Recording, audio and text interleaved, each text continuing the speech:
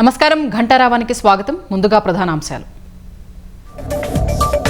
ST Telemedia investments head తో లోకేష్ భేటీ. విశాఖలో green energy data centre ఏర్పాటుకు వినతి.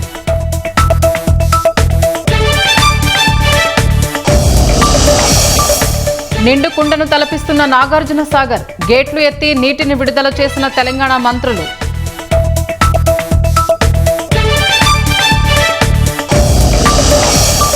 తిరుపతి జిల్లా శ్రీవారి మెట్టు మార్గంలో ఏనుగుల సంచారం. పంట పొలాలు ధ్వంసం చేయడంతో అధికారుల అప్రమత్తత.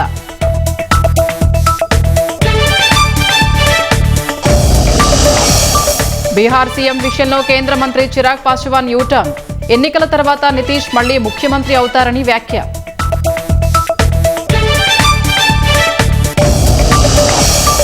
ఢిల్లీలో కుండపోత వర్షానికి రోడ్లు జలమయం. రాకపోకలకు తీవ్ర అంతరాయం.